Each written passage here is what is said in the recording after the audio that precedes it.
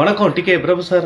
என்ன சார் ஆட்சிக்கு வந்த 14 நாள் இப்படிலாம் நீங்கள் ஆக்ஷன் எடுக்கிறீங்க? 14-15 குவாரியை க்ளோஸ் பண்ணிட்டீங்க. இந்த குவாரி இருந்தால் நாங்கள் அடுத்த 5 வருஷத்துக்கு ஓட்டுக்கு பணம் கொடுக்கறதுக்கும் வேண்டதை செய்கிறதுக்கு எவ்வளோ யூஸ் ஆகும்? பொசுக்குன்னு நீங்கள் பேசாமல் நீங்கள் க்ளோஸ் பண்ணிட்டீங்க.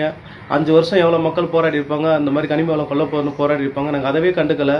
நீங்கள் ஆட்சிக்கு வந்தோன்னே இப்படிலாம் முடிவு பண்ணுறீங்க. யார் உங்களுக்கு இப்படி அதிகாரம் கொடுத்தா சார்? அப்புறம் பார்த்துக்கங்க, நாங்களே உங்கள் ஏரியாவில் கலவரத்தை தூண்டுவோம். நீங்களே ஏதாவது கடத்தல் பண்ணதா ஒரு இதை உண்டாக்குவோம். அது போக உங்கள் மேலேயும் புகார்கள் கொடுக்க பணம் வாங்கினதா 1000 பேர்த்துக்கு ஓட்டுக்கு 1000 ரூபா பணம் கொடுத்தா நீங்கள் பார்த்துக்கிங்க. 1000 பேர்த்துக்கு 10,000 ரூபா கொடுத்து ரோட்டு நிறையா நின்று மறியல் பண்ணி உங்கள் ஆட்சி சரியில்லை, நீங்கள் காசு வாங்குறீங்க, இப்படி உங்கள் மேலே பழியை போட்டு உங்களை ஆட்சியில் விட்டு எங்களால் இறக்க முடியும். ஸோ இப்படிலாம் பண்ணாதீங்க சார். பார்த்து பத்திரமா இருந்துக்கோங்க. அப்புறம் நீங்கள் எல்லா கல்குவாரிலையும் போய் கல்குவாரி நடத்தணும்னா கோடி ரூபா லஞ்சம் கட்டதாக சொல்லுவோம். நீங்களே வந்து வேறு ஏதாவது பாலியல் துன்புறுத்தல் பண்ணதாக சொல்லுவோம்.